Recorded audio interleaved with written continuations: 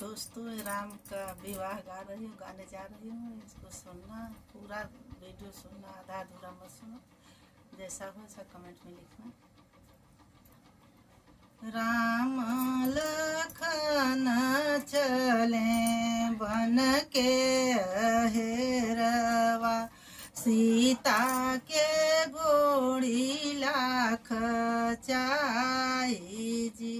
गोड़िला के बाहर जीनी होयो मोरी सीता, रावण हरि ले जाई जी।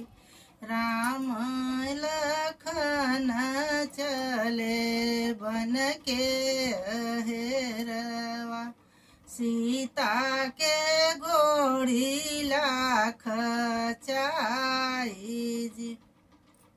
गोड़िला के बाहर जीनी होयो मोरी सीता, रावण हरि ले जाई जी।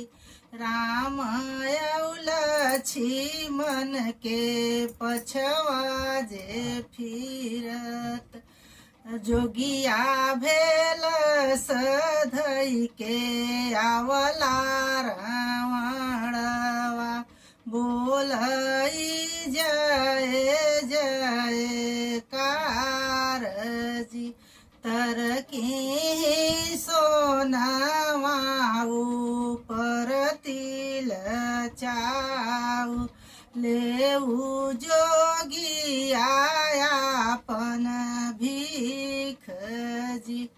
बान्हली भिखिया न लेबै मोरी सीता, गोड़िला बाहेर होई के देऊ जी।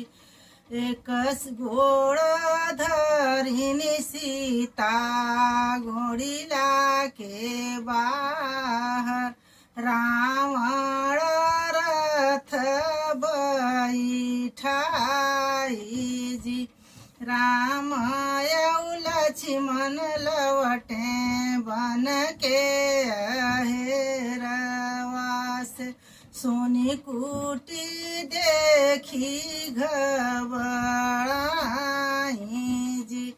कहाँ मोरे भैया सीता जे हमार, कहाँ बाटिन भौजी तो